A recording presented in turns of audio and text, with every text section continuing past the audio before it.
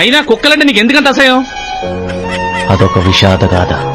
Journey చేస్తూ కథలు కాదలు వెంటనే నా పని సరదా. ఆ కథ అంటే చెప్పవాడు. Please please please please please. సరే సరే, అందరి జీవితాల్ని గాడ్ మారిస్తే నా జీవితాన్ని డాగ్ మార్చింది.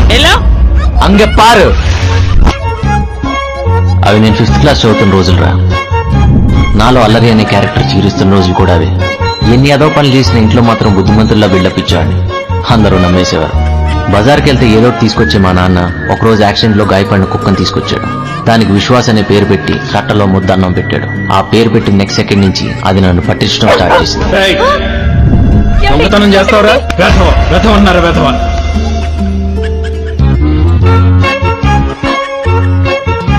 ఏమేవ్ ఇంట్లో గుడ్లున్నాయా? లేవండి. ఇదిగో నీ కొడుకు ప్రోగ్రెస్ రిపోర్ట్ లో ఉన్నాయి, వాడుకో. అన్నిట్లో సున్నారు. దాని పని మొరగటం, నీ పని చదవటం. దాని పని అది కరెక్ట్ గానే చేస్తాంది.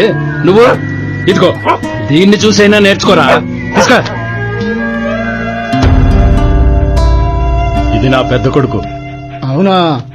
మరి ఈడు జూలై నా కొడుకు. అమ్మా, ఇంట్లో నేనే ఉండాలి లేదా కుక్కేనే ఉండాలి? వెళ్ళి నాన్నతో చెప్పు. అమ్మా అమ్మా ప్లీజ్ నాన్న, జోర్తి. ఇంకా రోజు తట్టుకోలేకపోయాను రా. నెక్స్ట్ డే వాకింగ్ అని చెప్పి ఆ కుక్కను ఊర్చే రోజులేసి వచ్చాను.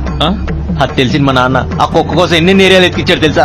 Beach road, Jagadamma junction, market, Gajuwaka, Maddilapalem, Seethammadhara, Kailasagiri, Thotlakonda. అందుకేరా నా కుక్కలంటే అసహ్యం. జర్నీ ఎంజాయ్ చేయడం ఖర్చు చెప్పరా అంటే జ్వరం వచ్చేటట్టు ఖర్చు చెప్తావా? హైదరాబాద్ వచ్చిందిగా.